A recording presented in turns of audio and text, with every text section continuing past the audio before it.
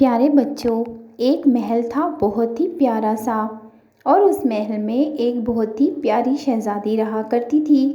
اس شہزادی کا نام تھا نیلم شہزادی۔ نیلم شہزادی بہت ہی نیک دل تھی، لیکن اس کو انگور بہت پسند تھے۔ اس کو ہر طرح کے انگور پسند تھے۔ وہ چاہتی تھی کہ اس کے پاس ہر رنگ کے انگور ہوں اور اس میں بہت ہی مزے مزے کے ذائقے ہوں۔ اس کے لیے شہزادی نے ایک حل یہ سوچا تھا کہ وہ خود ہی انگور کاشت کیا کرتی تھی۔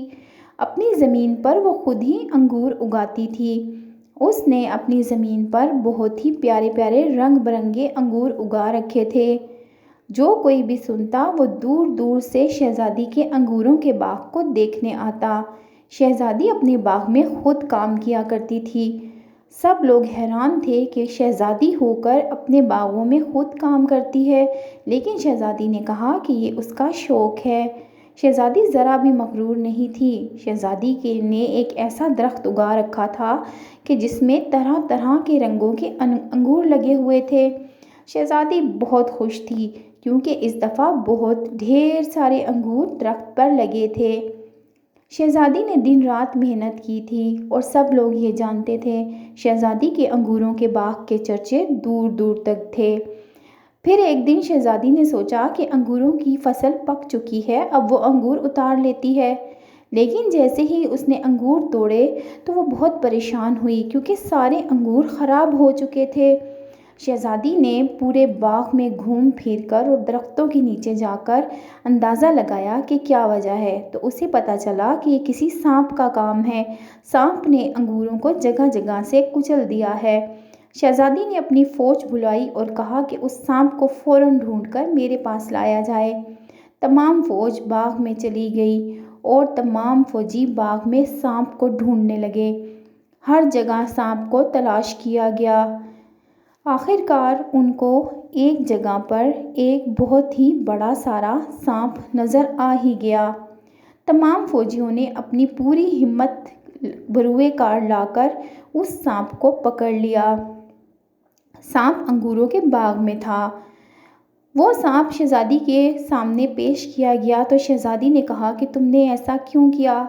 سانپ نے کہا کہ آپ کی طرح مجھے بھی انگور بہت پسند ہیں اور میں چاہتا ہوں کہ آپ کے اگے ہوئے سارے انگور میں کھا جاؤں، کیونکہ آپ اتنی محنت سے فصل اگاتی ہیں کہ انگور میں ایک خاص قسم کا ذائقہ آ گیا ہے۔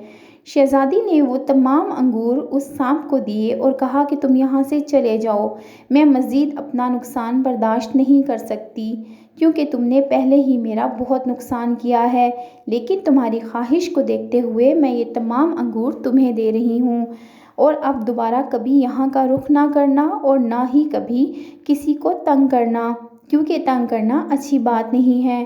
سانپ یہ سن کر بہت خوش ہوا اور چلا گیا۔ اب شہزادی نے دوبارہ سے فصل لگائی اور اپنی فصل میں دن رات محنت کی۔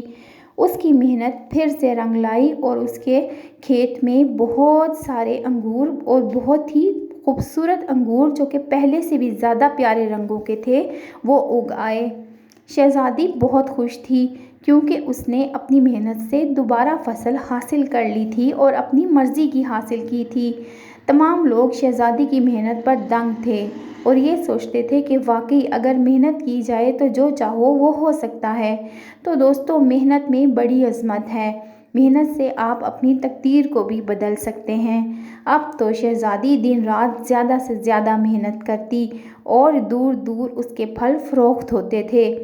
یہ پھلوں کے گچھے کسی بھی اور ملک میں نہیں پائے جاتے تھے۔ یہ صرف شہزادی ہی اگاتی تھی اور یہ صرف شہزادی کا ہی کمال تھا کہ اس کو ایسے انگور پسند آتے تھے اور وہ ایسے انگور بنانے میں کامیاب ہو جاتی تھی۔